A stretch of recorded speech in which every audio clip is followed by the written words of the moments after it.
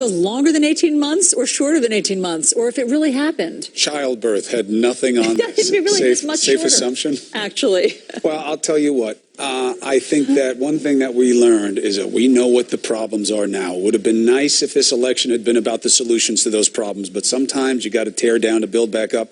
That's the hope that there'll be some silver lining coming out of this. Let's get some perspective from somebody who knows politics, knows journalism, and knows this country. Our friend and former boss, longtime ABC News great Ted Koppel, who anchored Nightline for 25 years and is the author of a really prescient piece of literature, Lights Out, about cyber attacks, just like what we just dealt with the WikiLeaks. Ted, how are you?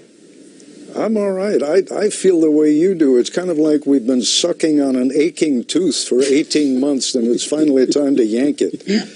That is a good metaphor.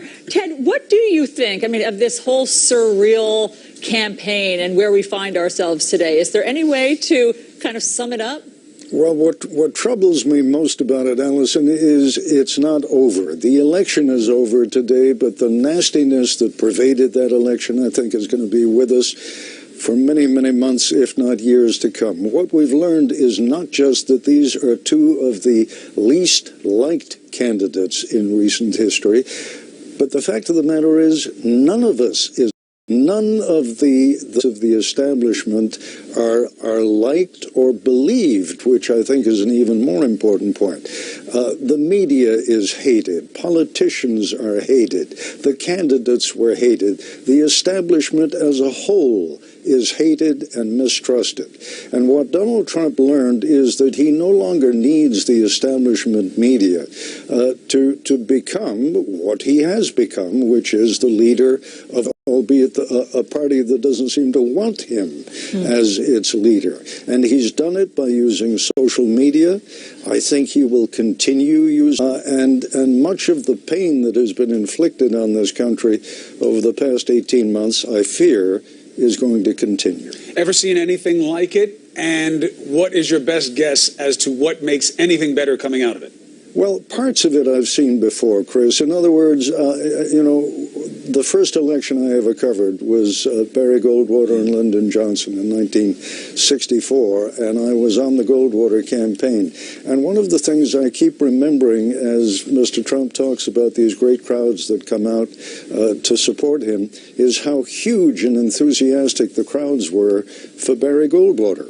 And he, too, was racing all around the country during the final days of the campaign and then got defeated in one of the most overwhelming landslides in American history. I can't say that that's going to happen today, but it wouldn't surprise me if it did. Everything that's been happening over these past few months has been filtered through social media. And it's not a step in the right direction. We've lost a lot in terms of the American public's confidence in and faith in real journalism. And I don't see how a democracy survives if people cannot trust the objectivity of their journalists. Absolutely, Ted. As long as we're time traveling, let's do that a little bit more and go back to 1993. Your friend Tom Brokaw was interviewing Bill Clinton and Hillary Clinton in the first 100 days. It was right after he had won. And they talked about the possibility of the first female president. Listen to this.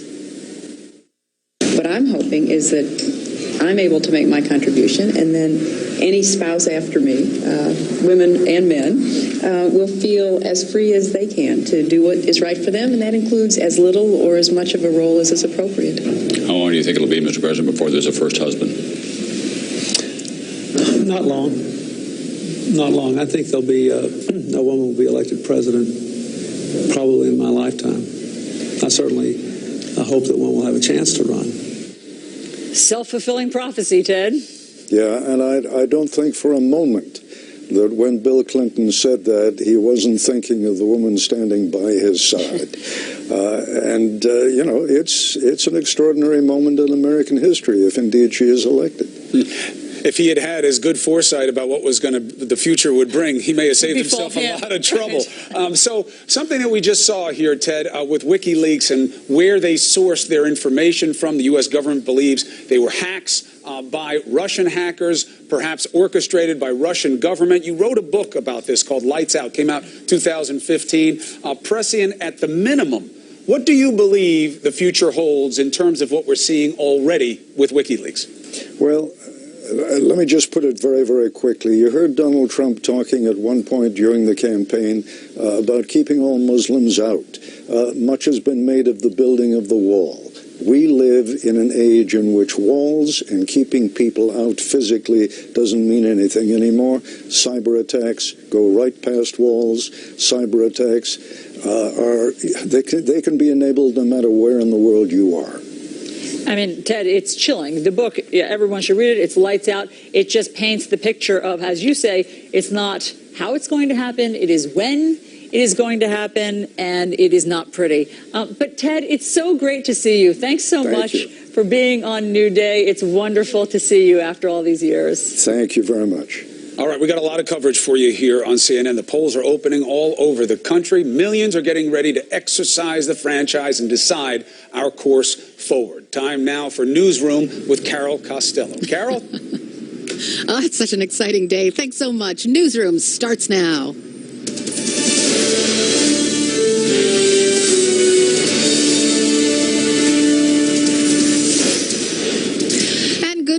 And thank you for joining me from our nation's capital on this beautiful election day in Washington, D.C. I'm Carol Costello. It has been one of the most bitter and polarizing elections in modern history. And the nation is just hours from electing a brand new president. Hillary Clinton casting her vote in the last hour near her home in suburban New York. She campaigned well after midnight, and so did her rival Donald Trump, who this morning is predicting victory.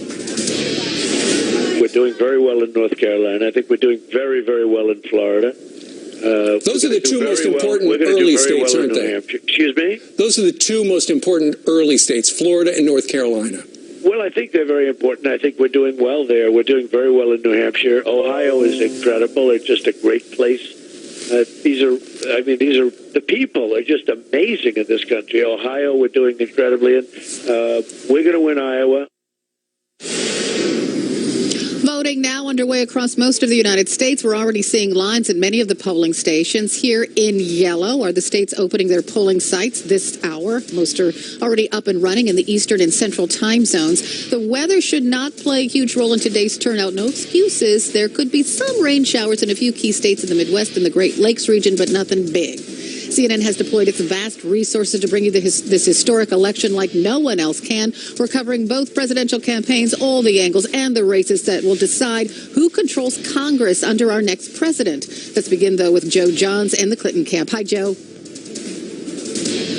A beautiful morning here in Chappaqua, New York, for Hillary Clinton as she and her husband, the former president, went out to vote around 8 o'clock Eastern time. We'd been told she was going to show up a bit earlier, around 6:30 this morning, but that would have been hard to do given the fact that she arrived back at White Plains around 3:30 this morning, greeted by supporters. She was greeted at the elementary school where she voted this morning by, among others, her Congresswoman, the Democrat Nita Lowey from this area. She talked just a bit after she voted. And interesting, listen to the tone of Hillary Clinton, trying not to show any sign of inevitability, suggesting that if she wins, she's going to do a good job for the entire country. Listen to this. It is the most humbling feeling, Dan, because, I know how much responsibility goes with this, and so many people are counting on the outcome of this election, what it means for our country, and I'll do the very best I can if I'm fortunate enough to win today. This campaign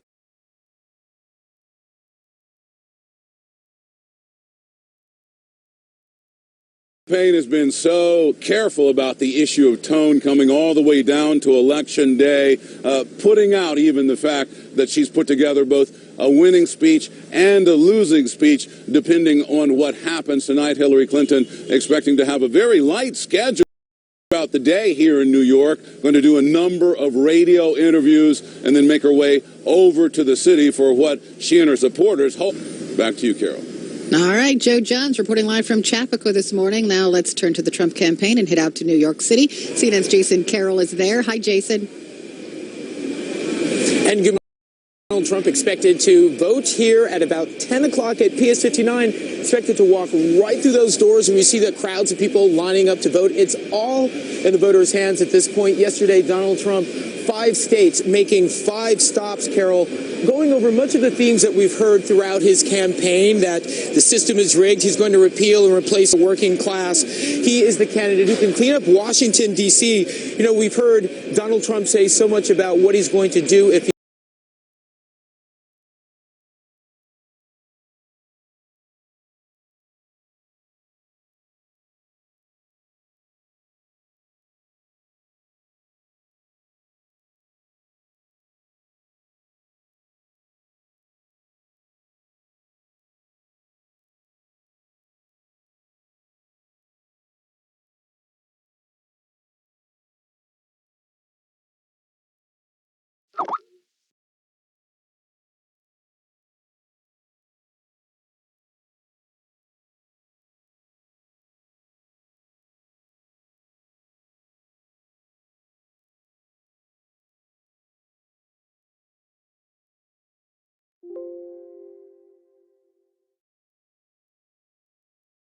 also throughout this campaign, Carol, heard him repeatedly talk about how he would feel if he did not.